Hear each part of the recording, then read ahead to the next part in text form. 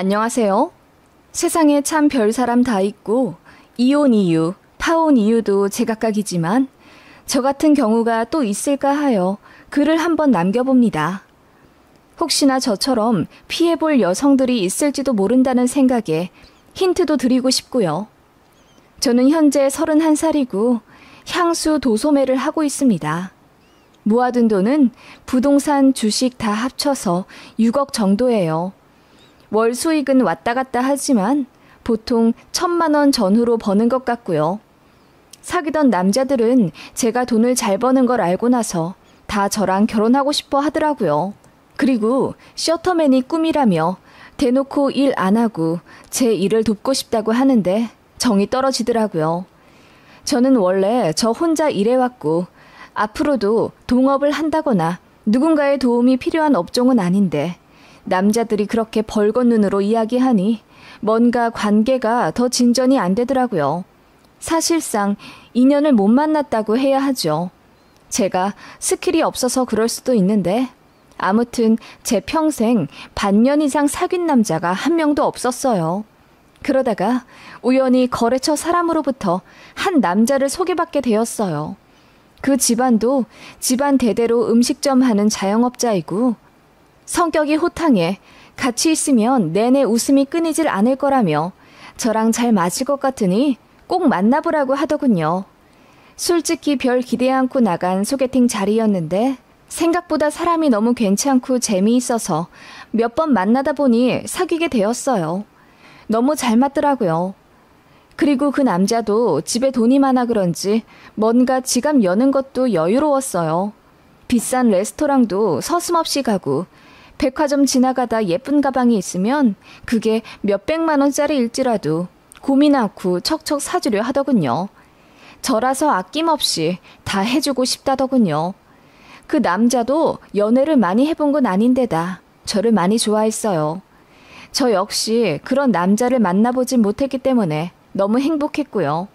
서로가 인연이라고 생각했네요.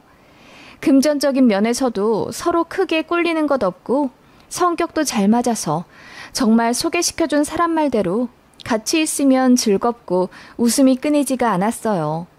남자 쪽이 나이가 있다 보니 저랑 사귄 지 3달도 안 돼요. 결혼하자고 조르더군요. 나이도 나이지만 저를 놓치면 평생 후회할 것 같다면서 그쪽 집안에서도 저를 꼭 잡으라고 난리였대요. 남친도 저희 부모님이랑 식사하고 싶다고 자리 만들어달라고 먼저 요청해서 제가 저희 부모님 댁 초대해서 같이 밥 먹었어요.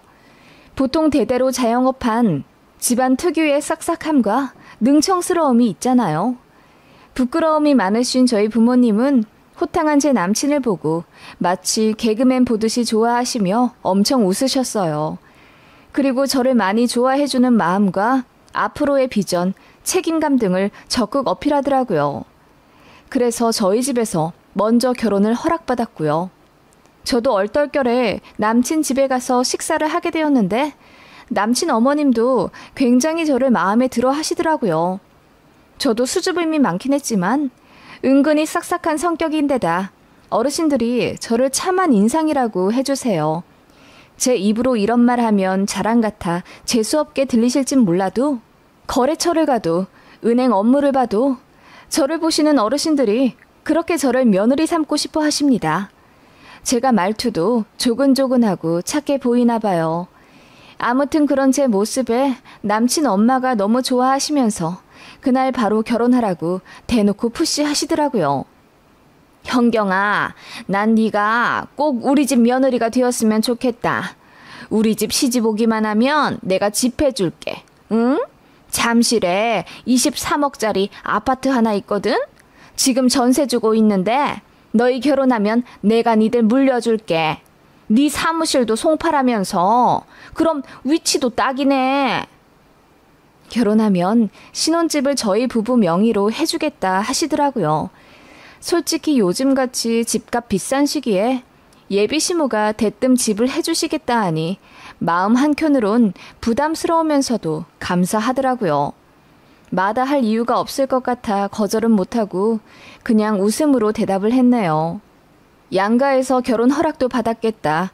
남친이랑도 사이가 좋고 무엇보다 남자 쪽에서 결혼을 적극적으로 추진하니 자연스럽게 결혼 준비를 하게 되더라고요. 그리고 결혼 6개월 차에 저는 정식 프로포즈를 받았습니다. 남친이 1박에 100만 원 넘는 호텔을 빌려 다이아몬드 반지와 함께 저에게 프로포즈를 했어요. 돈도 돈이지만 저는 남자에게 그 정도 성의를 받아본 적이 없었거든요. 늘 가성비 따지며 어떻게든 저를 베껴먹으려 하는 남자들만 만났기 때문에 남친의 그런 아낌없이 베푸는 마음이 참 감동이었습니다. 예비시댁 집안도 재정적으로 여유로워 보이고 남친도 성실하고 싹싹한 게 신랑감으로 딱 좋으니 결혼을 마다할 이유가 없었어요. 그래서 오케이 했습니다. 남자 쪽에서 저더러 몸만 오라고 하더군요. 신혼집, 가전가구, 결혼비용, 신혼여행 모두 신랑 쪽에서 부담할 테니 저더러 돈 한 푼 쓸 생각 말라고 하더라고요. 저는 그게 좀 부담스럽더라고요. 저희 부모님 역시 마음만 받겠다고 하며 가전가구, 결혼비용은 어느 정도 여자 쪽에서도 내고 싶다고 했어요. 그래서 저희 부모님이 결혼에 쓰라고 2억 해주신다고 했는데 예비신랑이 화까지 내면서 거절하더라고요. 우리 엄마 아빠가 다 해주신다는데 왜 굳이 돈을 내려고 해? 진짜 이해가 안 간다. 그냥 받기만 하면 되는 거야. 너는 그럴 만한 가치가 있어. 가치라니. 그래도 결혼이니까 서로 힘을 합쳐야지. 일방적으로 받기만 하는 결혼은 나중에 탈이 난다고 했어. 우리 엄마가. 탈이라니? 우리 엄마 아빠가 그러면 너한테 시집살이라도 시킬 거라는 뜻이야? 그런 게 아니라 우리도 해갈 수 있는 능력이 있는데 왜 굳이 오빠네가 그걸 다 부담하냐 이 말이지.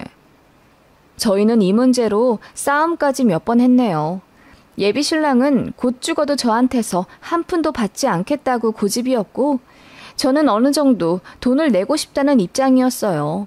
주변에서 저더러 배부른 투정한다고 하더군요. 남들은 신혼집 때문에 대출 받느라 힘들고 또 서로 어떻게든 돈 덜 내고 싶어서 난리인데 너희 커플은 참 희한하다. 오빠가 해준다고 할 때 그냥 받아. 뭐하러 돈 더 내려고 그래? 예비시댁도 잘 산다면서. 제 친구들은 거의 그런 입장이었고 몇 명만 제 뜻을 이해해 주었어요. 야, 결혼은 서로 같이 뜻이 맞아 평생 같이 하자는 건데 무슨 팔려가는 것도 아니고 어떻게 남자가 돈을 다 부담한다는 거야? 너도 돈이 없는 것도 아니고 어떻게 보면 네 또래 중에서도 상위 탑인데 할 건 해야 나중에 할 말이 생기더라. 저 역시 그런 입장이라 가전 가구라도 여자 쪽에서 하고 싶더라고요. 그런데 어머님이 저한테 따로 전화까지 걸어서는 현경아, 우리가 다 해준다는데 뭐가 불만이니? 성의를 받아주는 것도 예의란다. 우리가 해주고 싶어서 그래. 우리 마음 좀 알아주렴. 라고 부탁을 하시더군요. 그래서 결국 남자 쪽에서 100% 다 부담하는 결혼을 진행하게 된 거예요. 얼떨떨 하더라고요. 이게 또 마냥 좋다고는 못하겠더라고요. 남들은 이해 못할 수도 있겠지만 저랑 저희 부모님은 그랬습니다. 그렇다고 해서 파혼 이유는 아니었어요. 상대 쪽에서 저를 배려해주는 거라고 애써 생각했네요. 아무튼 그렇게 상견례도 했습니다. 예비시댁 쪽에서 음식점을 한다고 했잖아요. 하는 사업 중에 한식당도 있어서 그쪽 식당 룸에서 상견례 식사했습니다. 예비시모가 새벽부터 나와서 요리 다 하셨대요. 반찬 가짓수가 정말 20개도 넘는 것 같았어요. 전부 메뉴에 있는 것 아니고 예비시모께서 손수 만드신 음식이었습니다. 정말 대접받는 느낌에 저희 친정 부모님도 엄청 큰 감동을 하셨고 그 덕분에 상견례 분위기도 화기애애했어요. 결혼을 하게 되면 보통 금전적인 문제로 갈등이 많이 생기는데 저희는 예비시댁에서 다 해준다고 하니 갈등 요소가 거의 없었죠.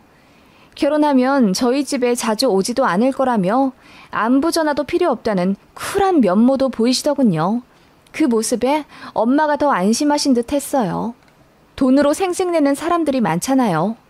예비시댁이 돈이 많고 아들 결혼에 전적으로 금전적 지원을 다 해준다니 그게 좋긴 하면서도 걱정되는 부분이 있으셨으니까요.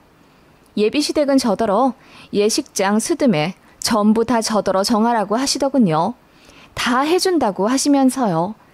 정말 감사해서 눈물까지 날 정도였습니다. 이렇게까지 저를 배려해주고 생각해주는 시댁이라면 저도 아낌없이 사랑과 존경을 들을 수 있을 거라는 자신도 생겼고요. 그렇게 결혼 날짜도 잡혔고 예식장도 예약했습니다. 신혼여행은 몰디브 2주 계획해서 미리 돈도 다 넣어놨고요. 모두가 저를 부러워했어요. 이런 결혼 없다고요. 저 역시 행복한 시간을 보내며 결혼 준비를 하고 있었습니다. 저희 신혼집은 어머님이 전세입자와 잘 얘기를 해서 계약 기간보다 조금 일찍 공실이 되었어요. 어머님이 저한테 가전 가구 팜플렛 주시면서 원하는 거 있으면 다 동그라미 쳐놓으라 하시더군요. 계약해서 신혼집에 넣어놓겠다 하시면서요. 그래서 몇 가지 말씀드리고 저도 제 가구를 몇 개 가져가야 한다고 말씀드렸죠.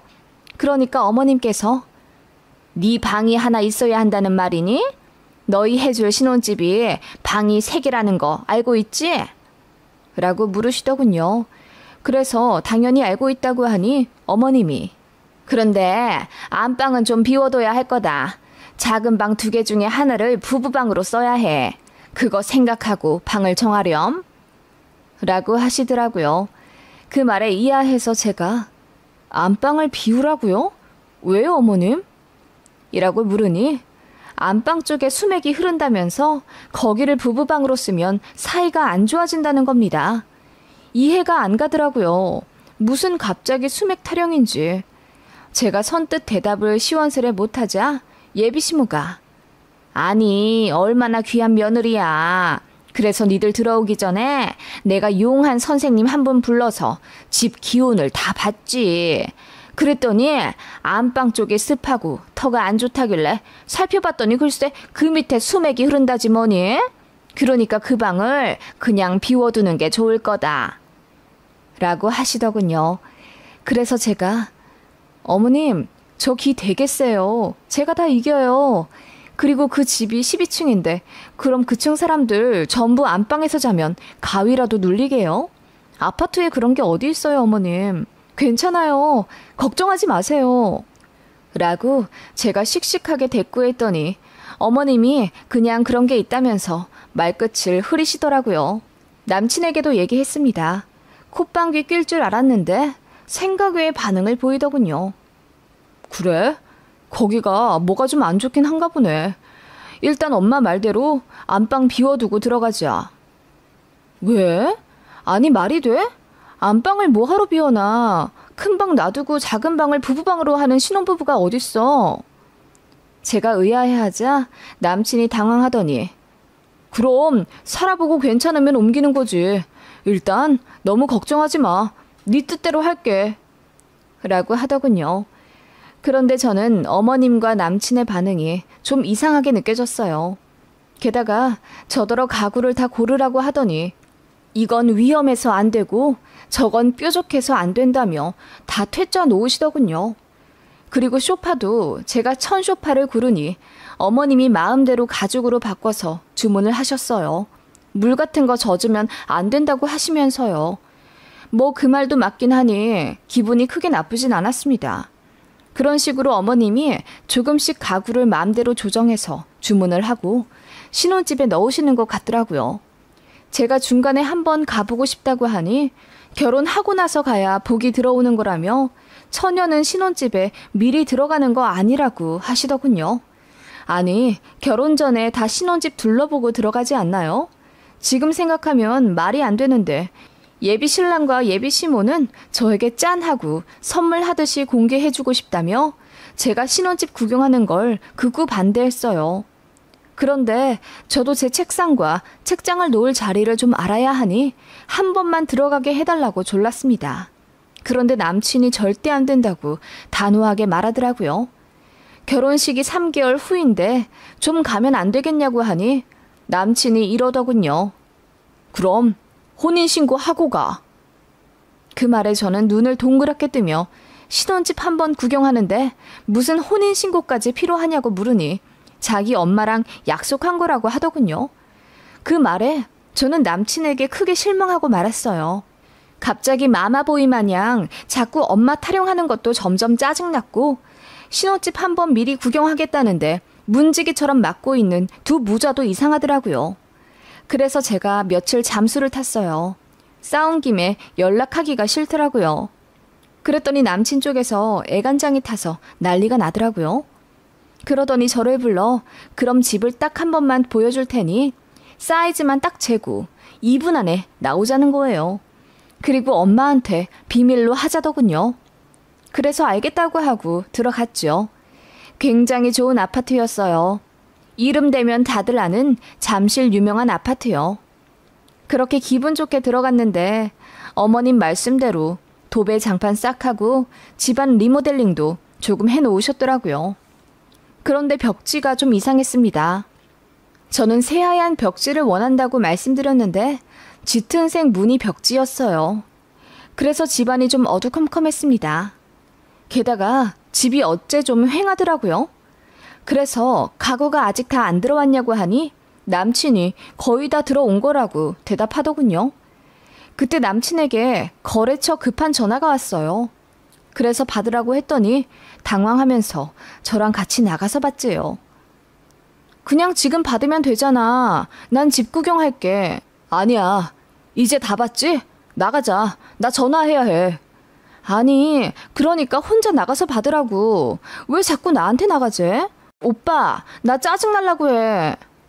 제가 인상을 팍 쓰자 남친이 안절부절 못하더니 그러면 거실에 가만히 앉아있으라고 하더군요. 그래서 앉아 구경하고 있는데 거실 창문에 뭔가 이상한 게 설치되어 있었어요. 창문을 열려면 장치를 조작해야 하는 뭔가 복잡한 게 붙어 있더군요. 게다가 저는 TV장을 꼭 하고 싶다고 했는데 어머님이 마음대로 벽걸이 TV로 바꿔서 주문하신 듯 했어요. 이럴 거면 뭐하러 저한테 물어보셨나 싶어 기분이 좀 그렇더라고요. 이것저것 전부 다 제가 원한 게 아니었어요. 다 모서리도 둥그렇고 뭔가 병원에 있을 것 같은 단순한 가구들이더라고요. 이상하다 싶어 안방으로 들어갔죠. 다른 방은 다 문이 닫혀 있었는데 안방만 굳게 닫혀 있더라고요. 처음 들어왔을 때부터 그 부분만 자꾸 눈길이 갔는데 남친 전화 받으러 나간 김에 한번 열어봤습니다. 그리고 저는 충격받아 소름이 오소소 돋게 되었죠. 텅 비어 있을 줄 알았던 안방에 병원 침대가 덩그렇게 놓여져 있었습니다. 벽지는 무슨 방수 처리된 종이인지 반짝반짝한 재질이었고요. 그리고 안방 화장실 문이 아예 떼어져 개방되어 있더라고요. 샤워실도 뭔가 손잡이 같은 게 벽마다 붙어 있었고요. 그냥 병실을 하나 옮겨 놓은 듯한 공간이라 너무 이상했어요. 제가 경악하며 안방을 둘러보고 있는데 남친이 헐레벌떡 들어와서는 왜 말도 없이 안방을 보고 있냐며 화를 버럭 내더라고요. 내가 거실에 앉아 있으랬잖아. 오빠, 이게 뭐야? 안방에 이게 뭐냐고. 병원 침대는 여기 왜 있어? 오빠, 뭐 알고 있지? 당장 말해. 제가 소리를 지르며 남친을 다그치자 남친이 미치겠다는 듯 머리를 감싸주며 한참을 괴로워하더군요. 그러더니 충격적인 사실을 고백했습니다. 사실 우리 할머니 모시고 살아야 돼. 그건 미리 말 못해서 미안해. 뭐라고? 내가 시할머니를 모시고 살아야 한다는 거야? 그걸 나만 빼고 다 알고 있었다고? 미쳤어? 제가 경악하자 남친이 저를 달래며 말하려고 했다더군요. 그러면서 위로랍시고 하는 말이 더 충격적이었습니다. 보호자 간병인을 붙일 거야. 그러니까 네가 똥수발 들 일은 없어. 엄마가 다 해준대. 똥수발이라니? 많이 편찮으셔? 아니 그런 분을 나더러 어떻게 모시라고. 나 이제 30이야. 그러니까 24시간 간병인을 붙여주겠다는 거 아니야. 현경아, 우리 집 잘 살게 된 거 다 우리 할머니 덕분이야. 할머니가 장사 잘하셔서 돈을 많이 모으신 거고 그 덕분에 아빠랑 엄마도 잘 된 거라고. 치매 걸리셔서 안타깝긴 한데 우리 엄마도 젊었을 때부터 고생 많이 했어. 이제 좀 자유로워지셔야지. 뭐라고? 치매? 오빠 지금 무슨 말을 하는 거야? 저는 너무 놀라 눈물이 뚝뚝 떨어지고 말았습니다. 남친은 한숨을 쉬며 자기 집안 얘기를 하더라고요. 예비 시할머니가 정정하게 장사를 잘 하셨는데 나이 70대던 해 갑자기 치매 판정을 받으셨대요. 그런데 예비 시부가 워낙 효자라 요양원 보낼 생각을 안 하셨답니다. 그래서 어머님이 장사하시며 치매 노모도 모시고 살았던 거죠. 너무 스트레스 받았지만 아무튼 부를 축적할 수 있었던 이유도 시할머니니 어떻게 할 수가 없었대요. 이혼하자니 돈이 아쉽기도 했고요. 그래서 능력이 별로 없어도 참한 며느리 하나 골라서 집 해주고 돈 해줄 테니 시할머니 모시라 넘기고 싶었답니다. 그런데 아들이 돈 많은 여자를 결혼하겠다고 데리고 와서 처음엔 반대하셨대요. 돈 많으면 고집 세서 말 안 듣는다고요. 그래도 결혼하겠다고 하니 예비시댁에서 짱구를 굴린 게 결혼 비용이랑 신혼집 다 대주는 조건으로 저를 무력화시키려 했나 봅니다. 제가 방방 뛰며 이건 사기 결혼이다, 고소하겠다 난리를 치며 그 집에서 나왔어요. 그리고 부모님한테 말씀드리니 집도 난리가 났죠. 그러자 예비 시모가 중재하겠다고 저를 만나자고 하더군요. 저도 따질 기세로 만났습니다. 그런데 그 자리에 그 치매 걸리셨다는 남친 할머니를 모시고 왔더라고요. 중증 환자가 아니라 공격성이 없다면서 저한테 직접 보여주고 싶었다면서요. 그냥 가만히 앉아 계시긴 하더라고요. 그런데 나중에 얘기 들은 엄마가 아마 안정제 먹이고 나온 거 아니지 않겠냐 하시는데 그 말도 맞을 것 같습니다. 미안한데 네가 좀 봐주면 안 되겠니? 나도 너무 힘들었다. 나도 죽을 판이야. 그래서 내가 도울 수 있는 거 다 도우려 하잖니. 24시간 상주 도우미 무조건 붙여줄게. 너는 그냥 지켜만 보면 돼. 별거 없어. 라고 빌더군요. 별거 없는데 왜 모른 척하고 저한테 떠넘기려 하셨어요? 그것도 그거지만 어떻게 저를 속이고 결혼시키려 하셨냐고요. 저를 뭘로 보신 거예요? 제가 발끈하며 묻자 예비 시무가 눈물을 닦더니 그래서 우리가 돈 다 해준다고 한 거잖니. 너한테도 이득이잖아. 네가 네 또래보다 돈 많이 버는 건 맞지만 솔직히 잠실에 20억 넘는 아파트를 네가 어느 세월에 살겠니? 원래 결혼이라는 게 그래. 결국은 서로 조건 맞춰 하는 거야. 너한테도 그닥 손해는 아니지. 잘 생각해봐라. 속아서 화가 난 거지. 결국 너한테도 이득인 거야. 대체 뭐가 이득인데요? 정말 너무하시네요. 저 절대 용서 못해요. 제가 핏대까지 세우며 소리를 치자 예비 시모가 저더러 착한 줄 알았는데 너무하다고 하더군요. 그리고는 본인도 언성을 높여 예, 세상에 공짜가 어딨니? 너도 장사 꽤나 해서 알잖아. 세상 이치가 다 그런 법이다. 너 부자 시댁 만난 거 네 친구들이 부러워한다며? 네 시할머니 남은 날이 얼마 안 남았을 텐데 나라면 영리하게 판단하겠다. 조금만 고생하면 20억 넘는 집이 네 것이 될 텐데 뭘 그리 열을 내니?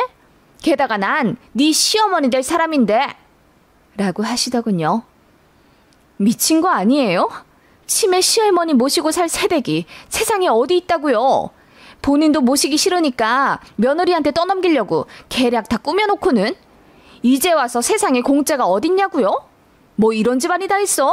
저는 주변에 누가 듣던 말던 소리를 질렀고 그 바람에 예비 시모가 얼굴이 새빨개지며 주변을 둘러보더군요. 저는 이딴 집안이랑 조금이나마 엮였다는 게 너무 불쾌하다고 했습니다. 그리고는 파혼한다고 했죠. 솔직히 주변 사람들한테 창피했지만 그건 신경 쓸 게 아니더군요. 그런데 며칠 뒤에 내용 증명이 왔어요. 예식장이랑 신혼여행 위약금 그리고 가전가구 환불 금액을 저더러 갚으라고 하더라고요. 어이가 없어서 바로 변호사 선임해 고소했습니다. 혼인빙자 사기죄로요. 그랬더니 꼬리 내리고 미안하다며 합의해달라고 하더군요. 저는 정신적 피해 보상으로 합의금 2천만 원 불렀고요. 프로포즈 때 받은 다이아 반지랑 연애 때 받은 명품 선물 전부 다 돌려보내고 합의금 받았어요. 그렇게 끝난 파혼입니다. 정말 너무 황당하죠? 눈 가리고 아웅도 아니고 결혼식 올리면 이혼 못할 줄 알았나 보죠. 그리고 선녀와 사기꾼도 아니고 대체 며느리를 뭘로 생각했는지 모르겠네요. 전 남친도 진짜 머저리 같고요. 그런 인간을 평생 믿고 살 생각을 했다니 제 눈을 찌르고 싶을 뿐입니다. 세상에 공짜 없다는 게 맞긴 맞나 봐요. 소고기 사준다는 사람 피하라고 하더니 그 말이 딱이네요. 무조건적인 호의는 의심하고 봐야 하네요. 경기도에서 3대에 걸쳐 음식점 사업하고 있고 결혼하면 잠실에 신혼집 해준다고 하는 K성의 남자를 만나면 꼭 피하세요.